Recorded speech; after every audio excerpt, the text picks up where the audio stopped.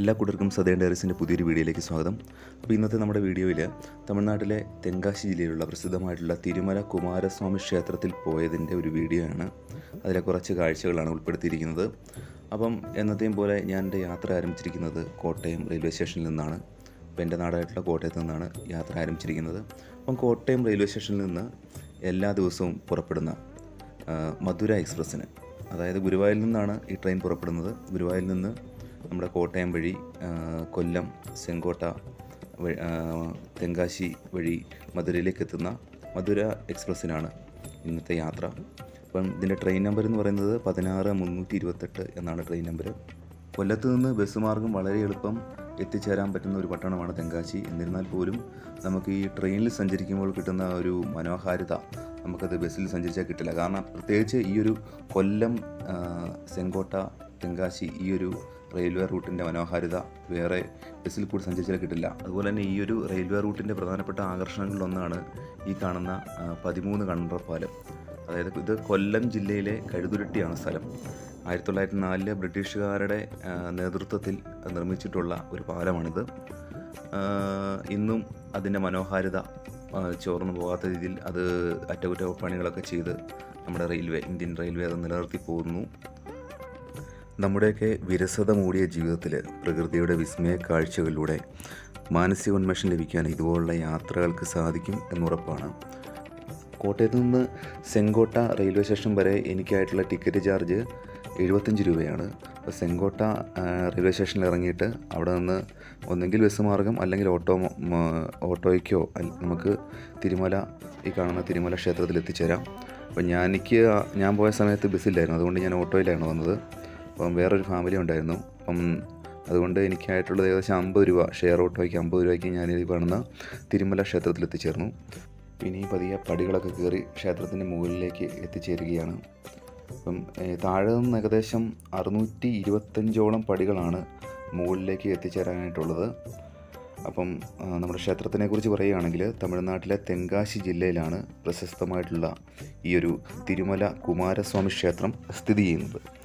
അപ്പം മുരുകനാണ് ഇവിടുത്തെ പ്രധാന ദേവൻ, അതായത് പ്രധാന പ്രതിഷ്ഠ എന്ന് പറയുന്നത് മുരുകൻ്റെയാണ്. പിന്നെ ഈ ഒരു ക്ഷേത്രം, അതായത് പശ്ചിമഘട്ട മലനിരകളുടെ താഴ്വരയിൽ നിന്ന് ഏകദേശം 400 മീറ്റർ ഉയരത്തിലാണ് ഈ ഒരു ക്ഷേത്രം സ്ഥിതി ചെയ്യുന്നത്. അപ്പോൾ ഞാൻ പറഞ്ഞല്ലോ 625 കുത്തനെയുള്ള പടികളാണ് ക്ഷേത്രത്തിലേക്ക് എത്തിച്ചേർന്നത്. എന്നിരുന്നാൽ പോലും നമുക്ക് സമാന്തരമായിട്ട് ഈ ക്ഷേത്രാങ്കണത്തിലേക്ക് എത്താൻ, വാഹനങ്ങളൊക്കെ എത്തിച്ചേരാൻ വേണ്ടി ഒരു റോഡും നിർമ്മിച്ചിട്ടുണ്ട്. അതുകൊണ്ട് തന്നെയും എന്തെങ്കിലും ബുദ്ധിമുട്ടുകളൊക്കെ ഉള്ളവർക്ക് താഴെ നിന്ന് വണ്ടി പിടിച്ച് വണ്ടിയിൽ മുകളിലെ ക്ഷേത്രത്തിൻ്റെ ആ ഒരു സന്നിധിയിലേക്ക് എത്തിച്ചേരാൻ സാധിക്കും. അപ്പം ക്ഷേത്രത്തിൻ്റെ ഈ ഒരു കാഴ്ചകളെന്ന് പറഞ്ഞാൽ വളരെ മനോഹരമായിട്ടുള്ള കാഴ്ചകൾ. ഇതിൻ്റെ മുകളിൽ കയറുമ്പോൾ താഴോട്ടുള്ള ആ കാഴ്ചകളൊക്കെ എന്ന് പറഞ്ഞാൽ വളരെ മനോഹരമായിട്ടുള്ള കാഴ്ചകളാണ്. അപ്പം ഞാനിവിടെ എത്തിയപ്പോൾ ശകലം താമസിച്ചു പോയിരുന്നു. അപ്പോൾ അതുകൊണ്ട് തന്നെയും ഈ അസ്തമയ സൂര്യൻ്റെ ആ ഒരു പ്രൊഫൈൽ, ഈ ക്ഷേത്രത്തിൻ്റെ ആ ഒരു കാഴ്ചകളെന്ന് പറയുമ്പോൾ അതൊരു വളരെ മനോഹരമായിട്ടുള്ള കാഴ്ചകളാണ് എനിക്ക് കാണാൻ കഴിഞ്ഞത്. അതുപോലെ തന്നെ ഈ ക്ഷേത്രത്തിന് സമീപം മനോഹരമായിട്ടുള്ള ഒരു കുളവുമുണ്ട്. അപ്പോൾ ഈ കുളത്തിനെക്കുറിച്ച് പറയുകയാണെന്നുണ്ടെങ്കിൽ ഇതിൽ വറ്റാത്ത ഒരു ഉറവയുള്ള, അതായത് വറ്റാത്ത വെള്ളമുള്ളൊരു കുളമാണെന്നാണ് പറയുന്നത്. എന്തായാലും അതും ഒരുപാട് സിനിമകളിലൊക്കെ ഈ ഒരു തിരുമല കുമാരസ്വാമി ക്ഷേത്രം ഒരു ലൊക്കേഷനായിട്ടുള്ളതുണ്ട്.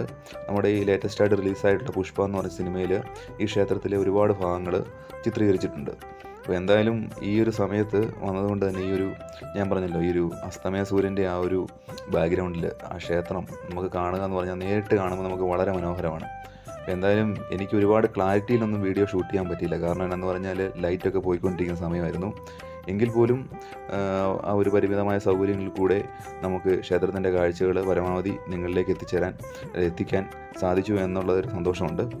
ഇപ്പം ഞാൻ ഈ ക്ഷേത്രത്തിന് ചുറ്റും നടക്കുകയാണ്. ഒരുപാട് കാഴ്ചകളൊക്കെ, ഒരുപാട് ഏരിയയുണ്ട് ഈ ഒരു മുകളിലേക്ക് എത്തിച്ചേരുമ്പം. ക്ഷേത്രത്തിന് ഒരുപാട് ഏരിയകളുണ്ട്. അപ്പോൾ അതുകൊണ്ട് തന്നെ നമുക്ക് ചുറ്റിനും നടന്ന് ഇതിൻ്റെ കാഴ്ചകളൊക്കെ നമുക്ക് ആസ്വദിക്കാൻ സാധിക്കും. അപ്പം ഇന്നത്തെ ദിവസം എന്ന് പറഞ്ഞാൽ ഒരുപാട് ആൾക്കാരൊന്നും ഇവിടെ വന്നിട്ടില്ല. ഇത് വളരെ കുറച്ച് ആൾക്കാർ മാത്രമാണ്, ഭക്തജനങ്ങൾ മാത്രമാണ് ഇവിടെ ഉള്ളത്. മലയാളികളെ ഒന്നും തന്നെ കണ്ടില്ല. എല്ലാവരും തമിഴ്നാട്ടുകാരായിട്ടുള്ള ഭക്തജനങ്ങൾ തന്നെയായിരുന്നു. അപ്പോൾ എന്തായാലും ശബരിമല ആ ഒരു സീസൺ കഴിഞ്ഞിട്ടുള്ള സമയത്താണ് ഞാൻ എത്തിയത്. അതുകൊണ്ട് തിരക്കുകളൊന്നും ഒരുപാടൊന്നും ഇല്ലായിരുന്നു. അപ്പം ക്ഷേത്രത്തിന് ചുറ്റും ഞാൻ കാഴ്ചകളൊക്കെ കണ്ട് ഇങ്ങനെ നടക്കുകയാണ്.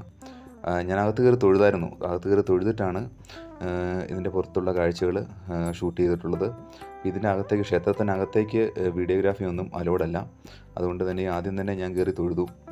ഇതിൻ്റെ പുറത്ത് കുഴപ്പമില്ലെന്ന് തോന്നുന്നു. എന്തായാലും ഒരുപാട് പേരൊക്കെ ഇവിടെ നിന്ന് വീഡിയോ ഒക്കെ എടുക്കുന്നുണ്ട്. അതുകൊണ്ട് തന്നെയും ഞാനും വീഡിയോ എടുത്തത്. എന്തായാലും അതിൻ്റെ ഒരു കൺസ്ട്രക്ഷൻ എന്ന് പറഞ്ഞാൽ വളരെ മനോഹരമായിട്ടുള്ളൊരു കൺസ്ട്രക്ഷൻ തന്നെയാണ് ഈ ഒരു ക്ഷേത്രത്തിൻ്റെ അകത്തായിട്ടുള്ളത്. കണ്ടില്ലേ, ഒരുപാട് വളരെ മനോഹരമായിട്ടുള്ള ഒരു കാഴ്ചകൾ. ഇപ്പോൾ എന്തായാലും മറ്റുള്ള ക്ഷേത്രങ്ങളെ അപേക്ഷിച്ച് നോക്കുകയാണെങ്കിൽ ഇതിനൊരു പ്രത്യേക സൗന്ദര്യം തന്നെ, അതായത് ഇതിൻ്റെ ഒരു രൂപകൽപ്പനയിൽ തന്നെ അതിൻ്റേതായിട്ടുള്ള ഒരു, എപ്പോഴും നമ്മളെ വിസ്മയിപ്പിക്കാറുള്ളതെന്ന് പറഞ്ഞാൽ തമിഴ്നാട്ടിലെ ക്ഷേത്രങ്ങളുടെ ആ ഒരു രൂപകൽപ്പനയും അതിൻ്റെ ആ ഒരു ആർക്കിടെക്ചറും അതെല്ലാം വളരെ മനോഹരമായിട്ട് നമ്മളെ വിസ്മയിപ്പിക്കാറുണ്ട്. ഇതിൻ്റെ കണ്ടില്ലേ, ഇതിൻ്റെ കാഴ്ചകൾ, ഇതിൻ്റെ ഈ ഒരു രൂപകൽപ്പന എന്ന് പറഞ്ഞാൽ വളരെ മനോഹരമായിട്ടുള്ളത് തന്നെയാണ്. അപ്പം എന്തായാലും ഇന്നത്തെ നമ്മുടെ ഈ ഒരു വീഡിയോ എല്ലാവർക്കും ഇഷ്ടപ്പെട്ടിട്ടുണ്ടെങ്കിൽ എല്ലാവരും ഒന്ന് സപ്പോർട്ട് ചെയ്യുക. അപ്പം പുതിയൊരു വീഡിയോയിൽ പുതിയൊരു കാഴ്ചകളുമായി കാണും വരെ എല്ലാവർക്കും നന്ദി, നമസ്കാരം. Thank you.